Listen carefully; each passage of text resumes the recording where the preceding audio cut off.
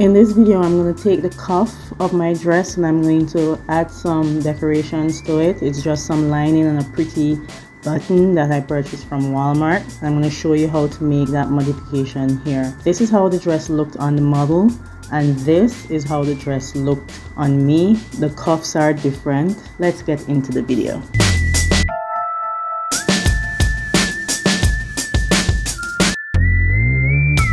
So the first thing I do is thread a needle. This is not a threading needle video, so I hope you know how to thread a needle. And I put a, what would you call it, a knot to the end of the thread, and I started making loops to run through the section where I wanted the button to go. The end of the thread got loosed a bit there, so I just leveled it out with the thread that's already into the material, and I continued sewing. So all I'm doing is looping the thread through and through the material so that I could fasten it enough to push it through the button. Now the button at the bottom has a circle. It's those type of buttons.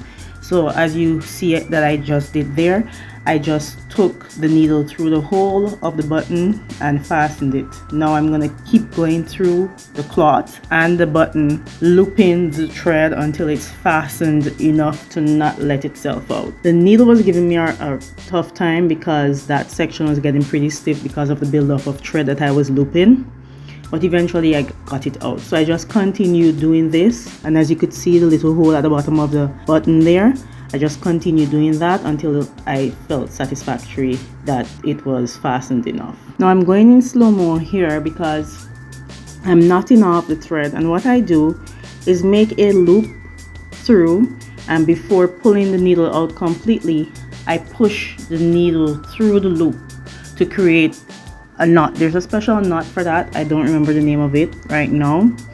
If you don't understand, I could always explain in the comments or something down below, but it's basically pushing the needle through, getting a loop, pushing the thread through the loop and yanking it up, not to burst the thread but to create a knot. And that's it. When I feel satisfactory enough, I just go ahead and I clip my thread off. And now we're going to go into the next step, which is putting the runner onto the cuff. Now this runner was so beautiful. This dress is so beautiful, and then the runner just complements it so much. I'm so happy Walmart had it. And I fold the end of the edge because I want it to look like a seam, or seamless I should say. And then I'm going to take the hot glue gun and I'm going to put some on the inside of the runner, and then I'm going to fold it to create that seam or that fold so that the edge won't look raw. Now I'm going to go in with the hot glue gun, as you could see here, and I'll start gluing the runner onto the cuff of the dress, or the edge of the cuff of the dress.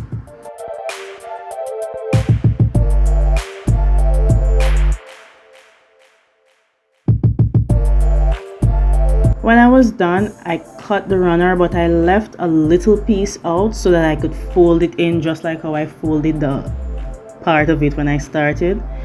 And I'm going to fold it down so that it looks like a seam, and then mend it there, and it just looks really neat and seamless. This is the finished product. It's so beautiful. I'm so happy I did it. Now I'm taking a black marker and I'm blacking out all of the glue because the glue is white, and that's how I got to do my dress. At the end of this video, you will see many more fashion DIYs that I've done in the past. Ensure you watch them to see which one is your favorite. I'll see you in the next one.